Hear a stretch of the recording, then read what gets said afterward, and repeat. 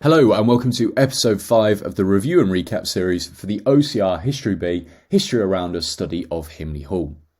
Now, this episode is going to be slightly different from the ones that we've looked at before. That's because as part of your study of Himley Hall, you also need to know another site in order to compare it to. Throughout the exam, you may be asked to compare the typicality of Himley Hall. That means how similar or how different is it to another site.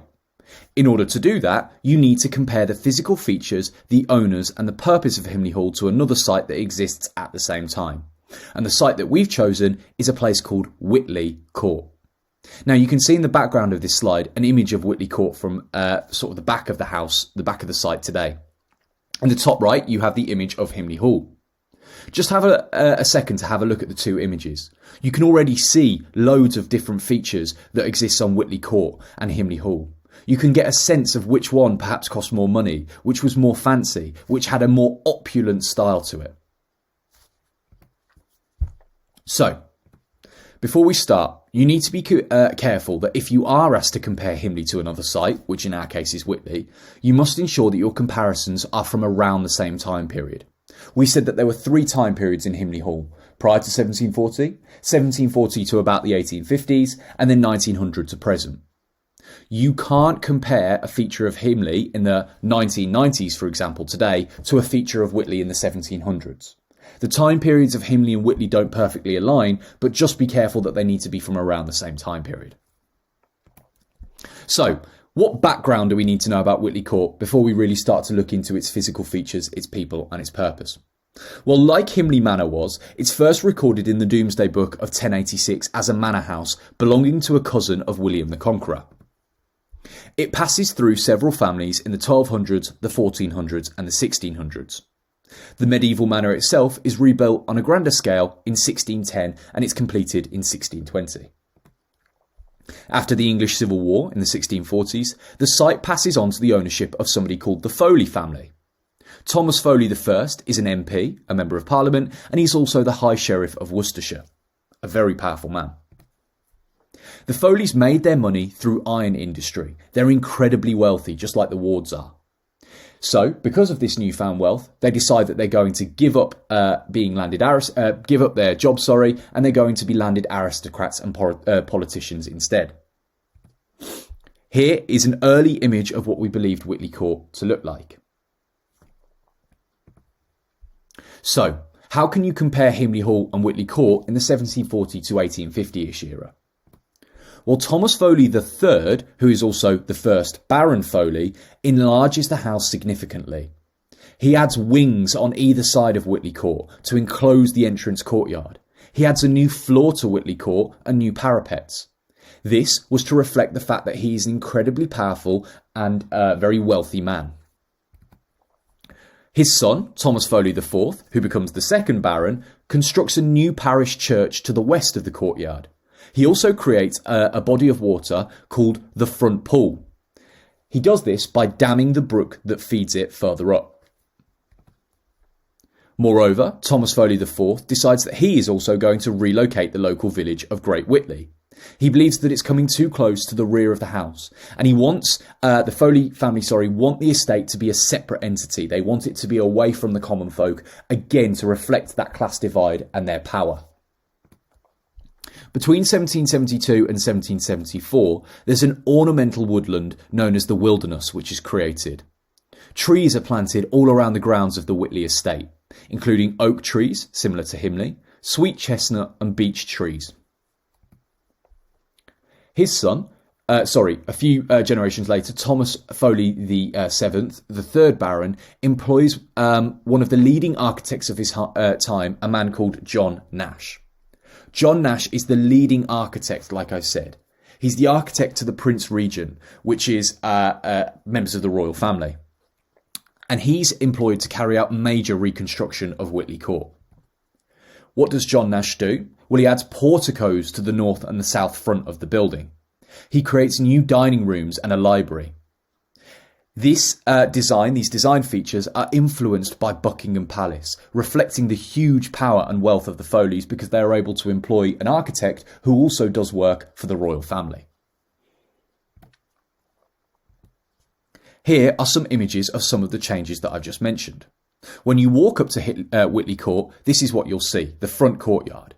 You can see that on the left is one wing and on the right is another wing, again making it quite symmetrical in its appearance. Here is the parish church just to the right of the image that you can see at the front. This is the church that's built in the same style as Whitley Court itself. Here is an image of the front pool. This again is a large body of water quite similar to the Great Lake found at Himley. Here is an image of some of the trees that I mentioned earlier in an area of Whitley Court known as the Wilderness. So it's got a large area of parkland surrounding Whitley Court. Here is an image of John Nash, the leading architect that I mentioned, the man who's the architect to the Prince Regent and the royal family. And here is an image of some of the porticos. This is taken at the back of the house, but you can see what an impressive image John Nash has been able to create of Whitley Court and the sense of grandeur that it's added to the house. Something that you need to be aware of is that Whitley Court has its heyday in the Victorian period. What do I mean when I say the heyday? I mean that it's at its absolute peak, it's at its best in terms of its physical features. In 1837, William Ward, one of the richest men in England, buys Whitley. Now, Whitley is part of the ownership as the same family that own Himley Hall. The Wards own Himley and Whitley at the same time. This helps us understand why Himley Hall becomes mothballed after William Ward and John William Ward own Himley Hall, and that's because they're now treating Whitley Court as their main home. William Ward commissions an architect called Samuel Dawkes, who's relatively unknown at the time, to remodel the house in the more ornate Italianate style used for the creation of Osborne House on the Isle of Wight for Queen Victoria. So we've already got a difference here. Whitley Court is in an ornate Italianate style, whereas Himley is in a Palladian style. What did this ornate Italianate style remodelling actually involve? Well, it involves recasting the entire exterior of the house in something called Bath stone to match the porticos. There's a curved wing which is added to the back of the estate, and that curved wing leads to an enormous glass-roofed conservatory. Inside Whitley Court, the Georgian-style interior of the house is replaced with something called the Tous Louis white and gold decoration. This is inspired by the French king Louis XV. At the time, the British elite are massively preferring the Tous Louis style of interior decoration because it adds a sense of opulence to the estate. As I've just mentioned, you need to be familiar with words like grandeur and opulence. When you are describing Whitley Court, you need to say that it is far more opulent, it's far more fancy looking, for want of a better word, in its appearance. And that's because of the designs such as the Tous Louis gold and white decoration and the Italianate Bath style. Moreover, William Ward commissions the leading landscape designer of their time, William Andrews Nesfield, to design the gardens as well. He's decided that he's finished with the building and he's happy with that, and now he wants to make sure that the estate around it, the gardens, also reflect his immense wealth as one of the richest men in the land. So, William Andrews Nesfield creates something called the Grand Formal Parterres, which are small beds of flowers. He also adds something called the Perseus and Andromeda fountain, of which I'll show you a photo in a second. So here is an image of William Ward, the man who also owns Himley Hall, somebody that we've spoken about before, one of the richest men in the country at the time. Here is an image from the back of Whitley Court, and just to repeat, you can see the scale and the size of Whitley Court in comparison to Himley, and the sense of opulence and grandeur. It's far more ornate looking than Himley Hall is. You can also see that it's a completely different colour. Outside, the exterior is completely covered in Bath stone to give it that white kind of sort of creamy look on the outside, whereas Himley Hall has the red render of Atkinson cement. You can also see here an image of the Andromeda and Perseus fountain. Here is an image of the curved wing that I mentioned was added during the reconstruction. Here is a bird's eye view of the back of Whitley Court. You can see that curved wing down there in the bottom left leads to this formal glass-roofed conservatory. On the inside of Whitley Court, there are some images that exist before a fire broke out and destroyed it.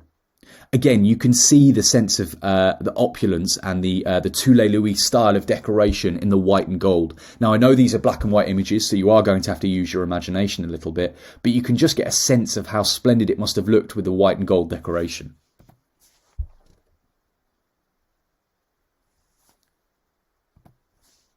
Here is a bird's eye view of Whitley Court and the estate.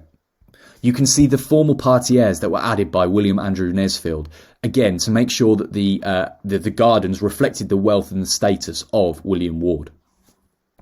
Here is where the Andromeda and Perseus fountain is. Now you might notice at the bottom of the image there's also a smaller fountain as well.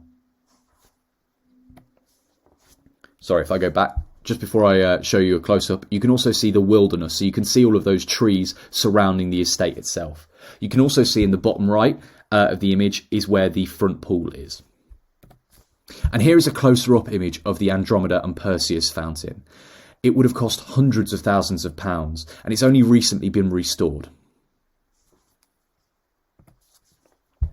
So, how can we compare Himley Hall and Whitley Court to work out its typicality, how similar or different it is from the 1900s to present? Well, in 1920, the Dudley family wealth declined massively.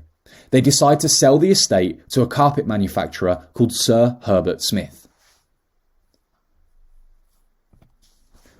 Unfortunately, Whitley Court falls into a state of disrepair. That's because Smith doesn't use the entirety of the court. He reduces the number of servants and he only ever lives in the southwest corner of it. In 1937, a devastating fire broke out in the bakery and it destroys pretty much the entirety of the interior. Smith decided to sell rather than rebuild. The house then becomes a ruin. Today, it is a shell. If you're lucky enough to go and see Whitley Court, you won't see any of the interior that I've shown you the photos of before. That's a difference with Himley Hall, because Himley Hall only suffers damage to the south wing, whereas Whitley Court, like I said today, is a shell. There's nothing inside left anymore, just the exterior of the building. Whitley Court was never lived in again after Herbert Smith decided to sell. In 1984, English Heritage decided to take ownership of the site and maintain its grounds. And today, it's a tourist attraction. In the bottom right, you can see an image of the fire that broke out in 1937. Towards the bottom of the image, you can see that there are some firefighters and police standing helplessly by as the building is engulfed in flames. At the bottom of the stairs, you can see some of the possessions from the family home that have managed to be recovered. But unfortunately, the rest of the interior was destroyed.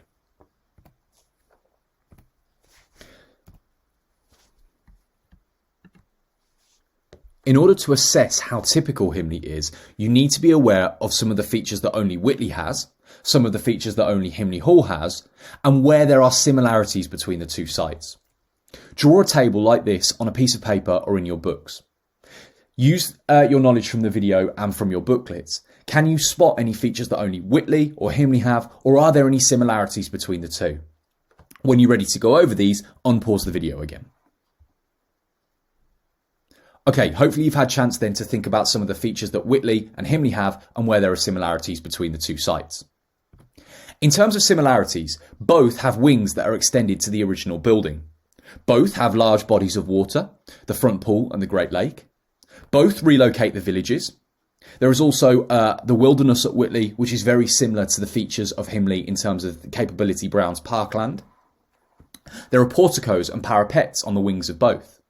The decoration, although it's different styles, they both are about making the interior quite grand. So you've got the Toulet Louis and you've also got the Chinese room at Himley Hall in the 1930s. Both employ very leading architects of their time. Whitley employed John Nash and Atkinson was used at Himley. Both have a golf course. Both employed very prominent landscape designers. Himley with Capability Brown and Whitley with William Andrews Nesfield. Both are partly destroyed by fires. Himley is fortunately restored, whereas Whitley, though, is left in ruins. In terms of some features then of just Himley, if you were to say that actually no, Himley is not typical because it's got different features, you could say that there's the new carriage approach from the hall to Himley Hall to the road. It's got the organ, Atkinson's cement, the red render, is a very significant difference. It gives the exterior of Himley Hall a very different style of appearance to Whitley.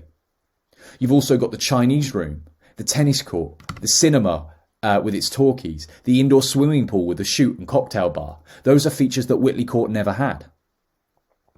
If we're to talk about Whitley's features then that are different to Himley, you've got the fact that the exterior is in Bath stone. This is much more opulent than Atkinson's cement. There's the curved wing leading to the glass-roofed conservatory. The Perseus and Andromeda fountain, again I showed you an image of that, is extremely opulent and intricate water feature that Himley doesn't have. The Toulet Louis decoration, again, is much more opulent than the Georgian interior of Himley, with its white and gold. I've highlighted throughout these some of the key features that I think you need to be aware of. Be very careful that if you are answering a question on typicality as to how similar or different Himley is, that you don't confuse the features. You can be quite clever and use some of the features as similarities and differences. For example, yes, both have a fire, which is a similarity, but there are actually differences in the way that the rebuilding is approached. Whitley isn't rebuilt, it's sold and becomes a shell, whereas Himley is rebuilt partially in its original state.